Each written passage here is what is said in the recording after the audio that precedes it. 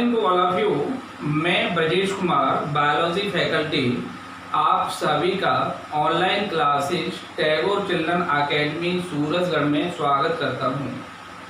बच्चों, previous video में मैंने आपको फाइलम कॉर्डेट के जनरल कैरेक्टर भी बताए थे और इसके साथ साथ बेसिस ऑफ क्लासिफिकेशन भी बताया गया था। बेसिस ऑफ क्लासिफिकेशन का मतलब होता है वर्गीकरण को करने के लिए जिन बिंदुओं को हम आधार मानते हैं, जिन पॉइंट्स को हम बेस करते हैं, जिन पॉइंट्स के बेस पर या आधार पर हम कॉर्डेट्स या पृष्ठवंशी प्राणियों का वर्गीकरण करते हैं। ठीक है, तो उन सभी के आधार पर देखिए, मैंने जनरल कैरेक्टर भी आपको बताए थे, प्राइमरी कैरेक्टर्स भी बताए थे, उसके बाद बेसिस ऑफ क्लासिफिकेशन भी बताया था। इस आधार पर अगर हम देखें तो एक जो प्रारूपी कॉर्डेट जंतु होता है,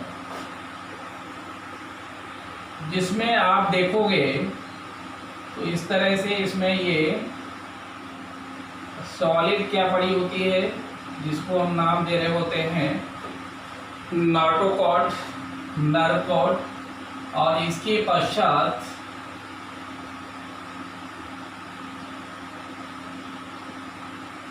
दूसरी यहाँ पर क्या होती है, ये नॉटोकॉट, और फिर यहाँ से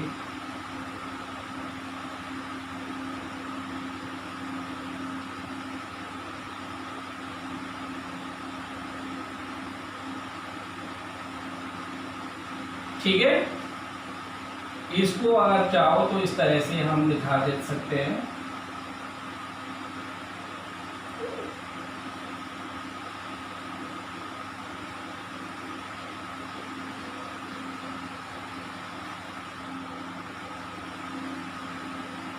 ये यहां पर एक टिपिकल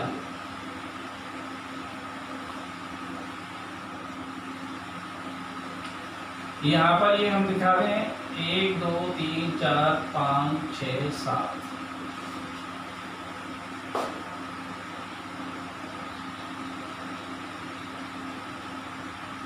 इसमें देखिए ये वाला जो पार्ट होता है, इसको नाम दे रहे होते हैं एनस। एनस का मतलब होता है गुदा, और ये जो नाम होता है इसको कह रहे होते हैं माउथ, और माउथ का मतलब होता है मुख, अर्थात मुख से लेकर के गुदा तक ये पूरा का पूरा जो पार्ट है, ये पूरा पार्ट क्या है, आहार नाल, एलिमेंट्री केनाल।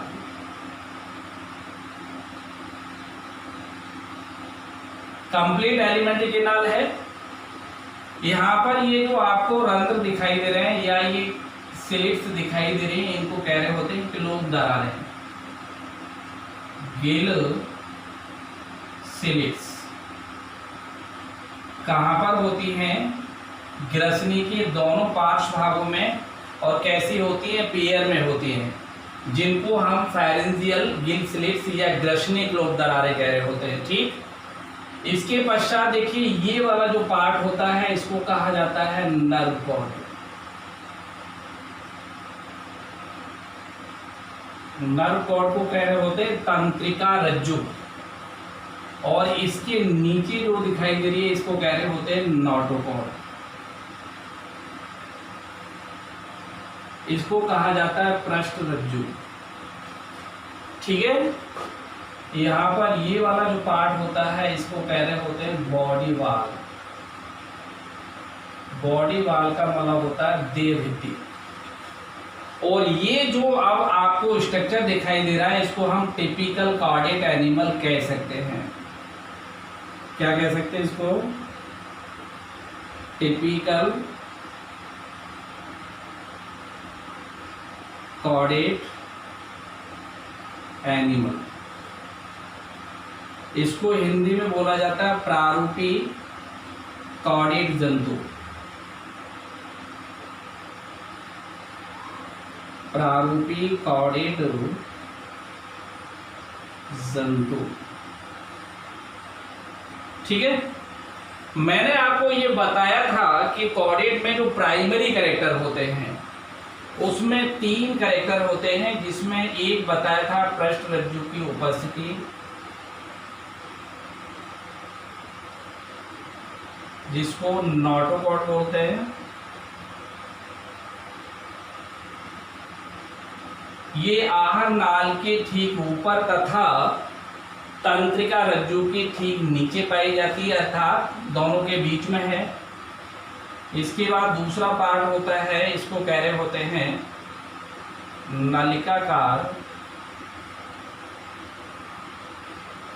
नलिकाकार तंत्रिका रज्जु। ये कहाँ पर होती है? पृष्ठ सतह पर होती है, मध्य में। इसको कह रहे होते हैं ट्यूबुलर नर्व कॉर्ड।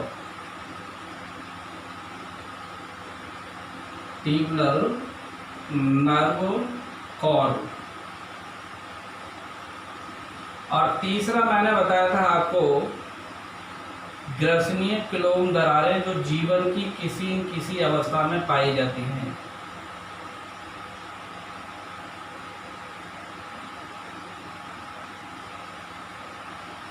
इनको कह रहे होते हैं फेरेंजियल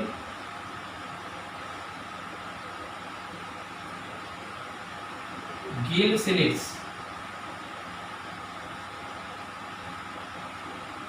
क्या बोला जाता है इनको?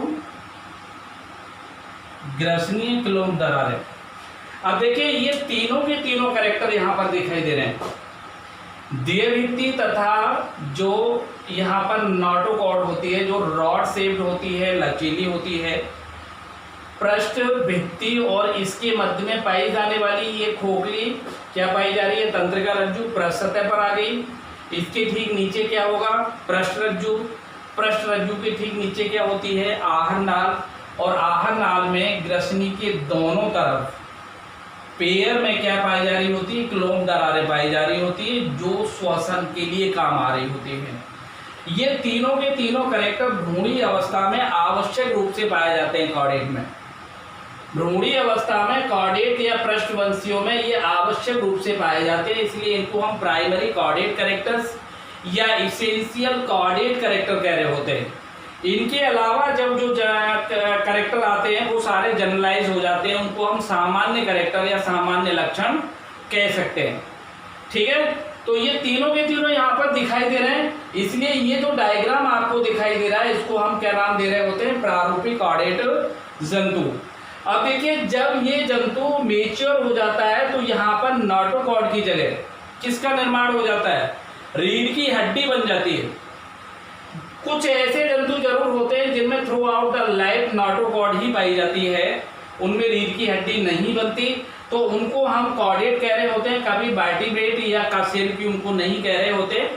जबकि नलिकाकार तंत्रिका रज्जु से क्या बन जाता है? तंत्रिका तंत्र बन जाता है। और ग्रसनी क्लोम दरारें या तो मेच्योर होने के बाद डिसअपियर हो जाती हैं, या फिर मैंने ये कहा था कि जो लोअर एक्विटी कॉर्डेट्स होते हैं उनमें ये भ्रूणी अवस्था के दौरान भी होती हैं और वयस्क अवस्था में भी पाई जाती है। जैसे मछलियां हैं, मछलियों में भ्रूणी अवस्था के दौरान ये संरचना होगी, और जब वो एडल्ट हो जाती है, वयस्क हो जाती है, तब भी यही संरचना पाई जा रही होती है श्वसन के लिए। जबकि मानव है या अन्य जंतु हैं, उनमें ये डिसअपियर हो जाता है, वहां पर दूसरे तरह के मॉडिफिकेशंस आ जाते हैं या मॉडिफाइड ऑर्गन बन जाते हैं। तो इसलिए ये तीनों का पाया जाना ही क्या बता रहा होता है? कॉर्डेट या पृष्ठवंशी को बता रहा होता है। अर्थात पृष्ठवंशियों में भ्रूणी अवस्था के दौरान ये 3 प्रकार के कैरेक्टर्स आवश्यक रूप से पाए जाते हैं। ठीक है, क्लियर हो गया कि नहीं हो गया? यहाँ पर मैंने ये इसीलिए डायग्राम के रूप में बता दिया है, इसको हम प्रारूपिक कॉर्डेट जंतु कह रहे होते हैं। क्लियर है? अब देखिए, इसके आधार पर आप जब भी चाहें तो पूछे कोई कि भाई बताइए प्राथमिक लक्षण क्या होंगे पृष्ठवंशी के, तो यही कैरेक्टर आप पृष्ठवंशी के बता सकते हो। अगर यहाँ पर ये मेच्योर हो जाते हैं, मेच्योर होने के बाद उनमें मॉडिफिकेशंस आ जाते हैं, तो वही क्या हो जाता है? वर्टिब्रेट या कशेरुक जंतु बन जाता है। हालांकि वो कहाँ से पास आउट होके जा रहा है? पृष्ठवंशी से। इसलिए ये कहा जाता है कि सभी जो कशेरुकी प्राणी होते हैं वो पृष्ठवंशी होते हैं, लेकिन सभी पृष्ठवंशी कशेरुकी प्राणी नहीं होते। भाई जब यहाँ रीढ़ की हड्डी बन जाएगी इसका मतलब पृष्ठवंशी से तो गया वो, तो इसलिए हम कह रहे होते हैं सारे पृष्ठवंशी कशेरुकी प्राणी हैं, लेकिन सभी जो पृष्ठवंशी हैं वो सभी जो कशेरुकी प्राणी हैं वो तो पृष्ठवंशी हैं, ये बात सही है, लेकिन सभी पृष्ठवंशी कशेरुकी प्राणी नहीं होते, क्योंकि सभी में पृष्ठ रज्जु से रीढ़ की हड्डी नहीं बनती है, एक्सेप्शंस आ जाते हैं। बहुत सारे ऐसे जंतु हैं जिनमें एक्सेप्शंस आ जाते हैं, जिसमें एम्फिऑक्सस का हम नाम दे रहे होते हैं, तो वो क्या होगा, कभी भी उसको हम वर्टिब्रेट नहीं कह सकते, केवल और केवल क्या कह रहे होते हैं, कॉर्डेट कह रहे होते हैं। ठीक है, तो इस प्रकार से ये करेक्टर आप आसानी से कॉर्डेट के बता सकते हो। इसके अलावा जनरलाइज अगर करना है तो उस जनरल करेक्टर में हम हैबिटेट के बारे में बता देते हैं, इसकी सिमेट्री के बारे में बता रहे होते हैं, इसकी सीलोम के बारे में बता रहे होते हैं, डिटेरोस्टोम्स होते हैं, इनमें जो सर्कुलेशन है वो अधिकतर कैसा बता रहे होते हैं, बंद, एक्सेप्शन यहाँ भी मिल सकता है। ठीक है ना, तो ये सारे कैरेक्टर हो सकते हैं, इनमें एक्सोस्केलेटन हो सकता है, एंडोस्केलेटन हो सकता है। कब? आफ्टर गेटिंग द मैच्योरेशन, और उस समय क्या होगा, इसेंशियल कैरेक्टर की जगह हम उसको जनरलाइज कर देते हैं, अर्थात फिर उस समय हम जनरल कैरेक्टर्स ऑफ कॉर्डेटा कह रहे होते हैं, अर्थात पृष्ठवंशियों की सामान्य लक्षण, जो मैंने आपको प्रीवियस वीडियोज में बता दिए हैं। ठीक है ना, क्लियर हो गया। अब देखिए इसके पश्चात आगे हम इसको एलोबरेट करते हुए बता रहे होते हैं क्लासिफिकेशन ऑफ कॉर्डेटा। क्या बता रहे होते हैं, क्लासिफिकेशन ऑफ कॉर्डेटा। कल मैंने बताया था, या इससे पहले वाले वीडियो में मैंने आपको बताया था बेसिस ऑफ क्लासिफिकेशन। अब यहां पर आप लिख सकते हैं classification of Chordata, classification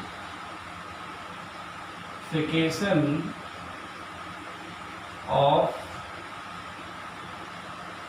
Chordata. ठीक है, यहां पर कहा जा सकता है पृष्ठवंशी का वर्गीकरण। मैंने आपको कॉर्डेटा बताया था दो ग्रीक वर्ड से या दो यूनानी शब्दों से मिलकर के बना होता है, जिसमें कॉर्ड होती है, कॉर्ड का मतलब है रस्सी के समान संरचना, एटा का मतलब धारण करने वाले, अर्थात जिन प्राणियों में पृष्ठरज्जु पाई जाती है वही क्या होता है, कॉर्डेट होता है। अब देखिए इस कॉर्डेटा को हम दो ग्रुप में बांट देते हैं। किसमें बांट दिया जाता है, दो ग्रुप में बांट दिया जाता है। फाइलम कॉर्डेटा को कितने ग्रुप में बांट दोगे, दो ग्रुप में।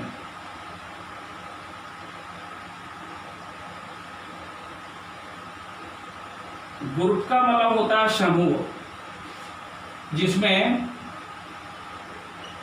एक ग्रुप होता है एक क्रेनिएटर, इसके बारे में भी मैंने आपको बता दिया, जिसे हम प्रोटोकॉर्डेटा भी कह सकते हैं। प्रोटोकॉर्डेटा, और जो दूसरा ग्रुप आता है इसको हम कह रहे होते हैं क्रेनिएटा।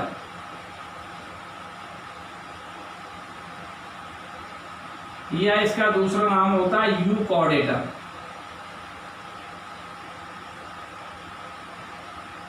यू का मतलब होता है अत्यधिक, बैल, भली भांति, अर्थात जो पूरी तरह से विकसित होते हैं, जिनमें कपाल उपस्थित होता है, उनको तो हम किसके अंदर रख रहे होते हैं, क्रेनिएटा के अंतर्गत। और जिनमें कपाल उपस्थित नहीं होता, क्रैनियम उपस्थित नहीं होता, उनको किस में रखा जाता है, एक क्रेनिएटा में, प्रोटोकॉर्डेटा में। ठीक है, अब देखिए इसको एक एक करके हम एक्सप्लेन कर सकते हैं। पहला इसमें जो पार्ट है वो क्या है, एक क्रेनिएटा, और दूसरा पार्ट है वो क्या है, क्रेनिएटा, अर्थात दो ग्रुप बने। पहला ग्रुप यहाँ पर एक क्रेनिएटा है। अब देखिए एक क्रेनिएटा के जो कैरेक्टर्स होते हैं,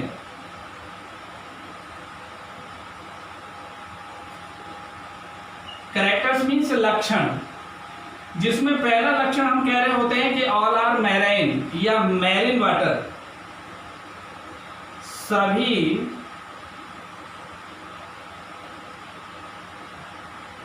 समुद्रीय जल में पाए जाते हैं।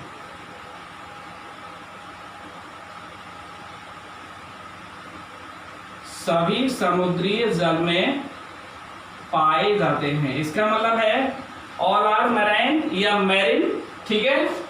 सेकंड, ये प्रीमिटिव होते हैं, प्राचीन कॉर्डेट होते हैं।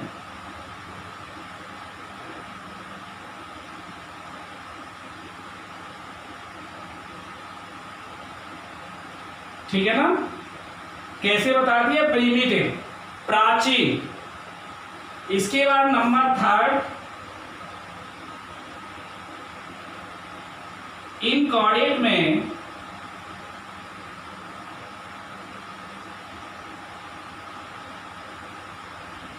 कपाल नहीं पाया जाता।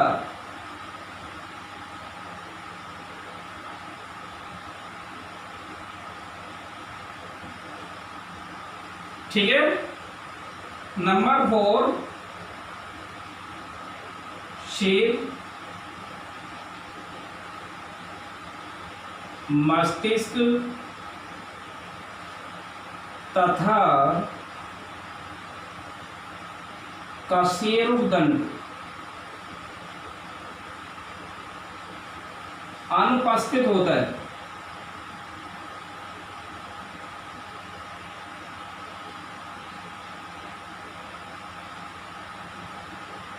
इसका मतलब है कि ये कॉर्डेट हैं, लेकिन इनमें कशेरुकदंड नहीं है।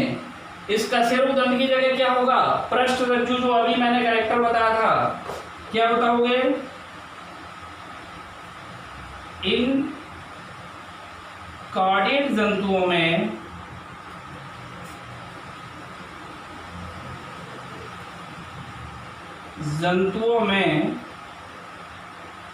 पृष्ठ रज्जु पाई जाती है। पृष्ठ रज्जु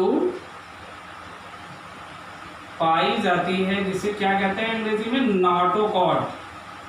बता दिया कैसा कैरेक्टर है ये, प्राइमरी कॉर्डेट कैरेक्टर, भ्रूणी अवस्था में पाया जा रहा है, लेकिन वयस्क में इसकी जगह कशेरुकदंड या रीढ़ की हड्डी नहीं बनती।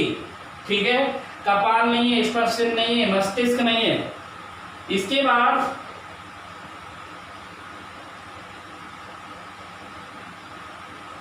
श्वसन के लिए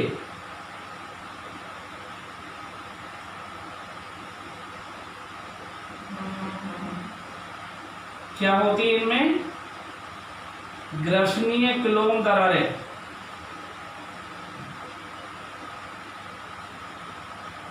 ग्रसनीय क्लोम दरारें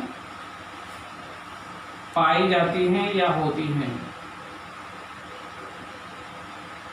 किसके लिए, श्वसन के लिए। ठीक है ना। और आगे आप बता सकते हो, ये अधिकतर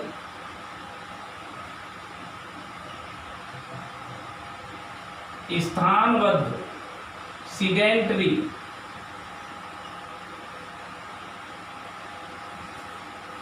तथा एकल होते हैं।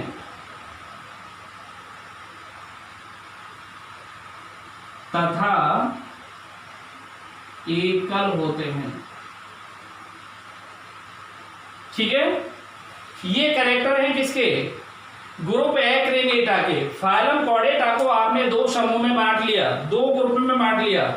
जिनमें कपाल पाया जा रहा है उनको एक्रेनिएटा या प्रोटोकॉर्डेटा के अंतर्गत रख दिया, और जिनमें कपाल नहीं पाया जा रहा और जिनमें कपाल पाया जाता है उनको क्रेनिएटा या यूकॉर्डेटा के अंतर्गत रख देते हैं।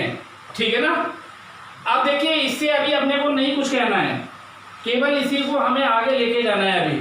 ठीक है, तो यहाँ पर ग्रुप एक्रेनिएटा में आपने ये सारे कैरेक्टर पढ़ लिए, मीन्स पूरी तरह से कैसे होते हैं। ये लवणीय जल में पाए जाते हैं, अर्थात समुद्री जल में होते हैं, प्रीमिटिव कॉर्डेट होते हैं, सीडेंटरी होते हैं, इनमें फेरेंजियल क्लोम या गिर स्लिट्स पाई जाती है, इनमें हेड, ब्रेन और क्या है, कशेरुकदंड या इसको हम कह रहे होते हैं वर्टिब्रल कॉलम नहीं पाया जाता। क्या होता है, इनमें नॉटोकॉर्ड होती है। ठीक, और कैसे होते हैं, अधिकतर सॉलिटरी एकल होते हैं। अब देखिए, इसके बाद इसी को और आगे बढ़ाते हुए ये मैंने करेक्टर बताए। अब देखिए इसी को और आगे बढ़ाते हुए क्या बताना है कि ये जो ग्रुप है एक रेनिएटा, इस एक रेनिएटा ग्रुप को हम किस में बांटते हैं? दो सब फाइलम में बांट देते हैं। किसमें इसको बांट रहे होते हैं? दो सब फाइलम में। यहां पर क्या लिखते हैं? सब फाइलम। सब फाइला भी कह सकते हो, फाइलम भी कह सकते हो, ठीक है। जिसको उपसंग कहा जाता है। क्या कहा जाता है? उपसंग। फाइलम को हम संग कह रहे होते हैं तो ये क्या हो जाएगा? उपसंग हो जाएगा। एक यहां पर होता है उपसंग जिसका नाम होता है यूरोकॉर्डेटा।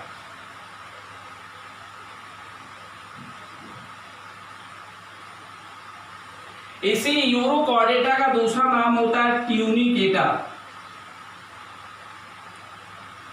क्यों होता है ये बताएंगे अभी, ठीक है। और दूसरा जो सबफाइलम आता है उसको कह रहे होते हैं सेफेलोकॉर्डेटा।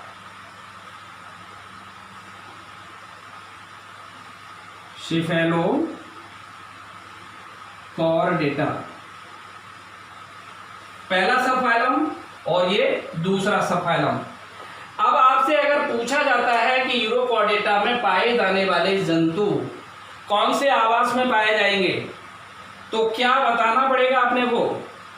समुद्री आवास में। पूरी तरह से कौन से जल में पाए जाते हैं? लवणीय जल में पाए जाते हैं, ठीक है ना। इसके बाद अगर पूछा जाता है सेफेलोकॉर्डेटा में पाए जाने वाले जंतु कौन से आवास में या किस प्रकार के आवास में पाए जाएंगे, तो यहाँ पर भी हमें बताना पड़ेगा कि ये भी किस में पाए जा रहे होते हैं? समुद्री जल में या लवणीय जल में पाए जा रहे होते हैं। अब आप कहोगे ऐसा मैंने क्यों था? क्योंकि अभी अभी मैंने आपको जो ग्रुप एक्रेनिएटा या प्रोटोकॉर्डेटा बताया था, इस प्रोटोकॉर्डेटा के अंतर्गत अभी मैंने जो लक्षण आपको बताए थे उसमें पहला ही कैरेक्टर मैंने बताया था कि सभी प्रकार के जो जंतु इनमें पाए जाते हैं वो लवणीय जल में या समुद्री जल में ही पाए जाते हैं। तो ये आप एक्रेनिएटा का ही तो सबफाइलम बता रहे हो, इसलिए सेफेलोकॉर्डेटा में भी जितने भी जंतु आएंगे या इसको जितने भी जंतु बिलोंग करेंगे वो सारे कहां पर होंगे? सारे के सारे समुद्री जल में पाए जाएंगे। और जो सबफाइलम यूरोकॉर्डेटा के अंतर्गत होंगे वो भी सारे के सारे कहां पर पाए जाएंगे? समुद्री जल में ही पाए जाएंगे, ठीक है ना। अब देखिए मैंने आपको बताया था कि ग्रुप, इससे हमें अभी कुछ नहीं करना, इसी ग्रुप को हमें एक्सटेंड करना है। तो इसमें हम सबफाइलम पर कहां पहुंच गए? यूरोकॉर्डेटा में। यूरोकॉर्डेटा को एक्सप्लेन करें और उसके बाद हम सबफाइलम किसको बताएंगे? सेफेलोकॉर्डेटा को, ठीक है। तो पहले किसकी बात करें यहां पर? सबफाइलम यूरोकॉर्डेटा की। किसकी? Subphylum urochordata.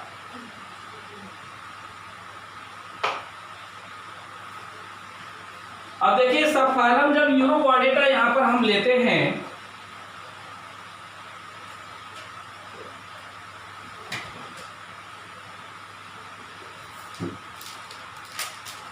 यूरोकॉर्डेटा,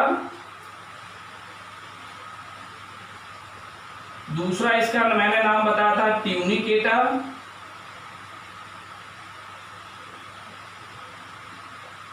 अब इसके जब हम कैरेक्टर्स लेंगे, कैरेक्टर्स का मतलब यहां पर भी क्या होगा? लक्षण। तो पहला ही लक्षण यहां पर क्या बताओगे? सभी जंतु कौन से जल में? समुद्री जल में पाए जाते हैं।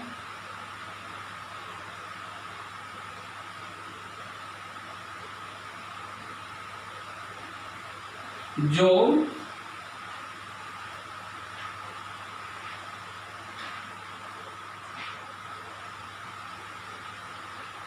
छिछले समुद्र या छिछले जल, इसको कह रहे होते हैं शैलो वाटर, तथा गहरे जल में पाए जा सकते हैं या पाए जाते हैं।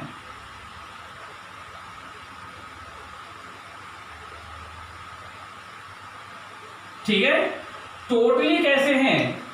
समुद्री जल में रहने वाले। लेकिन आगे आपने क्या बताया कि इनमें से बहुत सारे ऐसे हो सकते हैं जो शैलो वाटर में पाए जाते हो, मीन्स जो पानी गहरा नहीं होता है, छिछला होता है, किनारे पर होता है। या फिर कैसे पानी में पाए जा सकते हैं? डीप सी कह दीजिए या डीप वाटर कह दीजिए, गहरे जल में पाए जाते हैं। ठीक है ना। इसके पश्चात सेकंड पॉइंट,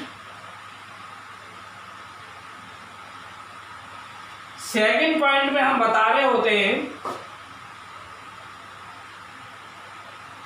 इन प्राणियों या जंतुओं के शरीर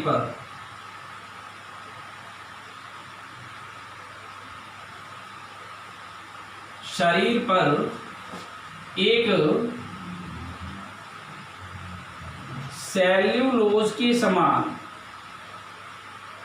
सेल्यूलोज क्या होता है? पॉलीसैकेराइड, बहु शर्करा।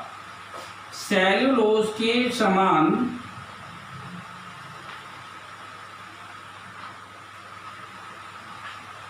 ट्यूनिसिन,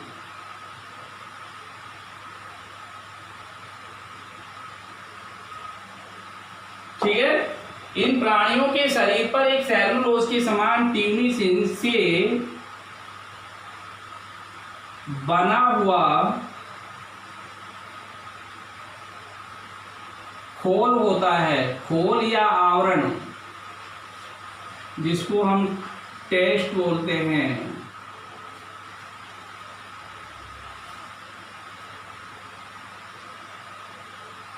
ठीक है। इसको यदि हम चाहें तो C6H12O6 भी O5 भी कह सकते हैं, जो क्या होता है? ये पॉलीसैकेराइड। ठीक है ना। इस ट्यूनिसिन के कारण ही इसका नाम क्या रखा है? दूसरा, ट्यूनिकेटा। ठीक है ना। इसलिए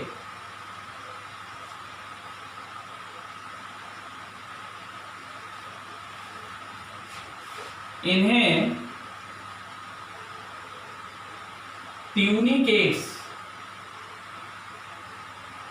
ट्यूनिकेट्स कह देते हैं। तथा सब फाइलम को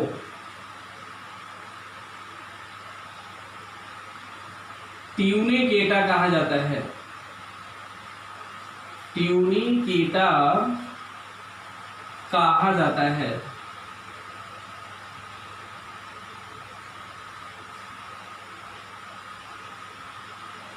ठीक है ना। क्लियर हो गया। इसलिए ये ट्यूनिकेट नाम दिया गया है। अब देखिए दूसरी चीज और यहां समझ सकते हो, यूरो लिखा हुआ है। यूरो का वर्ड अगर हम देखें तो देखिए यूरो का मतलब होता है टेल, और कॉर्ड का मतलब पहले ही बता रखा है आपको। कॉर्ड का मतलब होता है लाइक ए स्ट्रिंग, रस्सी के समान संरचना, जिसको क्या कह रहे होते हैं? नॉटोकॉर्ड कह देते हैं, पृष्ठरज्जु कह देते हैं। ठीक है ना। इसका मतलब ये होता है कि इस सब फाइलम में पाए जाने वाले जंतुओं में जो पृष्ठरज्जु होती है, ये केवल लार्वा के टेल वाले भाग में ही पाई जाती है, वयस्क में नहीं होती। केवल किसमें पाई जा रही होती है? लार्वा के टेल रीजन तक ही सीमित होती है। इस कारण से इनको हम क्या नाम दे रहे होते हैं? यूरोकॉर्डेट कह देते हैं। ठीक है ना। इसका मतलब ये हुआ। नंबर थर्ड जो पॉइंट है, इसमें कहा जाता है कि इनमें पृष्ठरज्जु, जिसे नॉटोकॉर्ड कह सकते हो, लार्वा में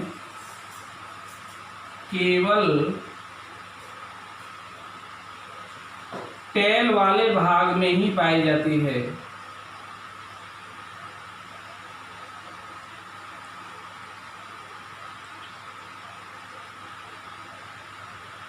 या टेल वाले भाग तक ही सीमित होती है। भाग में पाई जाती है। ठीक है ना। लेकिन जब ये लार्वा वयस्क में बदलता है तो ये टेल समाप्त हो जाती है। जब टेल समाप्त हो जाएगी तो क्या होगा, पृष्ठ रज्जु वाला कैरेक्टर भी इसका समाप्त हो जाता है। ठीक है ना। इस कारण से ये कह रहे होते हैं कि इनकी जो टेल वाला भाग है उसी में नाटोकॉर्ड पाई जा रही होती है। ठीक। नेक्स्ट,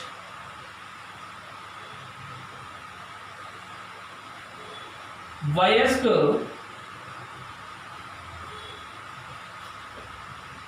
स्थानबद्ध, स्थानबद्ध का मतलब होता है सीडेंट्री, किसी आधार से चिपके रहते हैं, तथा एकल होते हैं। एकल का मतलब सॉलिटरी, समूह में नहीं होते, एकल में होते हैं, एकल होते हैं। ठीक है। नेक्स्ट, इसमें हम कह रहे होते हैं कि एक एट्रियल कैविटी पाई जाती है। इनमें एक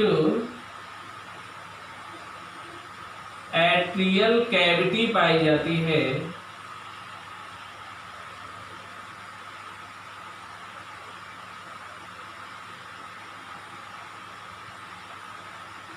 पाई जाती है जो ब्रांकियल